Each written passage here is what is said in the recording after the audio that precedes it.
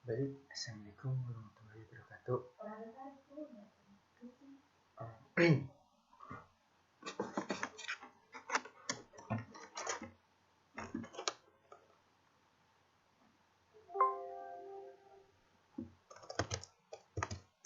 Baik, Assalamualaikum warahmatullahi wabarakatuh. Perkenalkan, saya Sarwan Andriansyah dari Prodi Teknik Informatika. Baik, langsung saja. Kesempatan kali ini langsung mengenai mengevaluasi lingkungan eksternal perusahaan. Nah, di sini ada beberapa judul, yaitu ada menilai dampak kekuatan penggerak industri.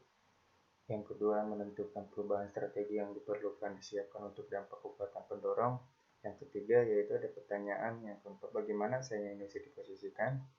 Yang keempat, menggunakan peta grup strategis untuk menilai penentuan posisi pesaing utama. Yang kelima, nilai peta grup strategis.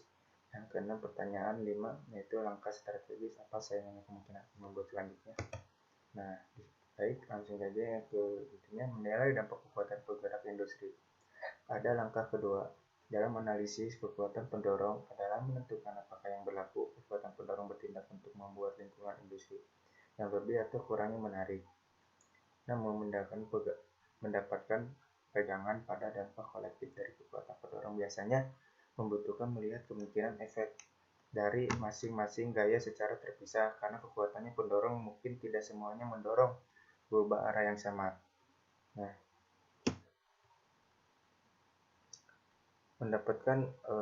melihat kemungkinan efek dari masing-masing kekuatan secara terpisah, namun karena kekuatan pendorong mungkin tidak semuanya mendorong, nah berubah ke arah yang sama. Misalnya kayak kedua kekuatan pendorong mungkin bertindak untuk memacu permintaan produk industri, sementara kekuatan pendorong mungkin bekerja untuk membatasi permintaan. Apakah efek pada permintaan industri adalah naik atau turunnya bergantung pada kekuatannya pendorong mana yang lebih kuat.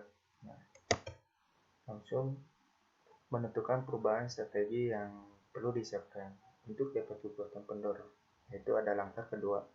Dalam analisis kekuatan pendorong, dalam menentukan apakah yang berlaku kekuatan pendorong bertindak untuk membuat lingkungan industri lebih atau kurangnya menarik, mendapatkan pegangan pada dampak kolektif dari kekuatan pendorong biasanya membutuhkan. Nah, di sini ada untuk menentukan apakah individu atau kolektif. Nah, dampak dari kekuatan pendorong akan meningkatkan turunnya permintaan pasar, membuat persaingan lebih atau kurang intens, dan mengarahkan ke industri yang lebih tinggi, namun atau lebih rendahnya profitabilitas. Di sini ada macam-macam ya produk pasar, itu ada perubahan tingkat pertumbuhan industri jangka panjang. Yang kedua adalah meningkatnya globalisasi. Yang ketiga, munculnya kemampuan dan aplikasi internet baru. Yang keempat, perubahan siapa yang membeli produk dan bagaimana mereka menggunakannya. Yang kelima, yaitu inovasi produk. Yang keenam, perubahan teknologi atau proses manufaktur. Yang ketujuh, inovasi pemasaran. Yang kedelapan, ada masuk atau keluarnya perusahaan terbesar. Yang kesembilan, yaitu penyebaran pengetahuan teknis di lebih banyak perusahaan dan lebih banyak negara. Yang ke-10, perubahan biaya dan efisiensi. Yang ke-11, menumbuhkan preferensi pembeli untuk produk yang berbeda pada komoditas standar produk atau produk yang lebih standar daripada produk yang sangat terferensiasi. Yang ke-12, pengaruh regulasi dan perubahan kebijakan pemerintah. Yang ke-13, mengubah perhatian sikap dan gaya hidupnya masyarakat. Namun, kekuatan penggerak umum ini penyesuaian strategi akan diperlukan untuk menangani dampak dari kekuatan pendorong. Nah, tanpa memahami kekuatannya yang mendorong, yaitu perubahan industri dan dampaknya kekuatan ini terhadap lingkungan industri selama 1 hingga 3 tahun untuk kedepannya. Nah, jadi ini mau berkembang gitu ibaratnya, butuh berproses. Manajer tidak menyusun strategi dengan ketat. Nah, yang disesuaikan kondisi yang muncul. Demikian pula jika manajer tidak yakin tentang implikasinya dari satu atau lebih kekuatannya pendorong atau jika pandangan mereka salah. Nah, langsung yaitu ada pertanyaan yang keempat, bagaimana saingan industri diposisikan? Sifat strategi bersaing secara interan memposisikan perusahaan yang bersaing dalam satu industri dalam kelompok-kelompok strategi dengan kisaran harga atau kualitas yang beragam, saluran distribusi yang berbeda, produk yang bervariasi, fitur dan cakupan geografisnya yang berbeda. Itu teknik terbaik untuk mengungkapkan posisi pasar bersaing industri adalah ping peta kelompok strategis. Alas analisisnya berguna untuk membandingkan posisi pasar bersaing industri atau untuk mengelompokkan kelompok industri ke dalam posisi yang serupa. Menggunakan peta grup strategis untuk menilai penentuan posisi pesaing utama. Nah, di sini ada kelompok strategi terdiri dari para anggota industri dengan pendekatan dan posisikan kompetitif yang serupa di pasar. Perusahaan ini dalam strategi yang sama, namun kelompok dapat yang menyerupai satu sama lainnya dalam berupa secara mereka mungkin memiliki keluasan ini produk yang dapat dibandingkan, menjual dalam kisaran harga kualitas yang sama, dan menekankan saluran distribusi yang sama. Gunakan dasarnya atribut produk yang sama untuk menarik serupa jenis pembeli. Namun bergantunglah kepada pendekat teknologi yang identik atau menawarkan layanan serupa kepada pembeli. Nah, intribusi dengan produk seperti ini, komunitas sangatlah mungkin hanya mengandung satu kelompok strategi di mana semua penjual mengejar strategi dasarnya identitas dan dimiliki posisi yang pasar yang sebanding. Namun tetapi bahkan dengan produk komoditas ada yang kemungkinan beberapa ya supaya diferensi terjadinya dalam bentuk sebagai waktu pengiriman, jangka waktunya, pembayaran atau tidak layar pelanggan sebagian besar industri menawarkan sejumlah pendekatan kompetitif yang mungkin menemukan posisi unik. Industri mencoba dan menghindari persaingan sengit dalam kelompok yang sangat ramai. Yaitu ada nilai peta strategis. Yaitu ada peta kelompok strategis mengungkapkan dalam beberapa hal yang terpenting punya hubungan dengan mengidentifikasi saingan mana yang memiliki posisi yang sama dengan demikian dekat. Nah, saingan dan mana yang merupakan saingan jauh.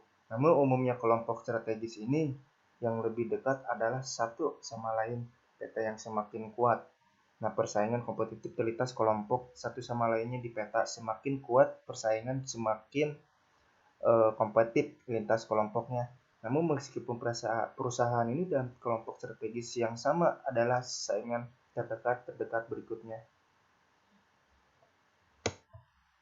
Nah, di sini ada beberapa kelompok, yaitu posisi perbandingan antara renta. Nah, peta terpilihnya kelompok strategis aplikasi peta. Di sini ada Gucci Channel, Fendi dan tingginya rendah.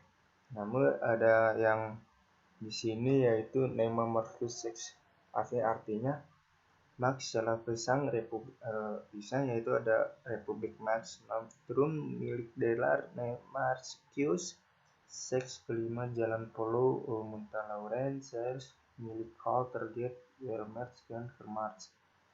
Nah, beberapa daerah banyak cakupan geografis, harga atau kualitas Gucci di channel Fendi ini. Nah, di sini ada posisi pasar perbandingan renta terpilihnya kelompok strategis aplikasi peta. Catatan, dengan lingkaran digambar kira-kira sebanding nggak dengan total pendapatan renta real yang memasuk dalam setiap kelompok strategis. Nah, lanjut saja, yaitu ada pertanyaan yang kelima. mengenai langkah strategis apa saingan pemimpinan akan membuat selanjutnya. Di sini seperti dalam olahraga, mencari lawan bisnis adalah bagian penting dari rencana permainan. Perkembangan kecerdasan kompetitif tentang strategi saingan terbaru, mereka tindak-tindak pengumuman sumber daya dan kemampuan organisasi mereka dan gaya berpikir serta kepemimpinan eksekutif mereka berharga untuk memprediksi langkah strategis yang kemungkinan besar akan dilakukan pesaing berikutnya memiliki yang terbaik dalam kualitas produknya. Informasi untuk memprediksi kemungkinan penggerak pesaing utama memungkinkan perusahaan ini untuk mempersiapkan serangan balasan defensif dan untuk mengeksploitasi setiap celah yang muncul dari kesalahan langkah pesaing. Nah, di sini ada pertimbangan dalam mencoba memprediksi langkah strategis apa yang mungkin dilakukan oleh pesaing buat selanjutnya, antara lain sebagai berikut, yaitu yang pertama, apakah dikatakan eksekutif tentang arah industri, arah perusahaan, situasi, dan tindakan masa lalu mereka dan gaya kepemimpinan.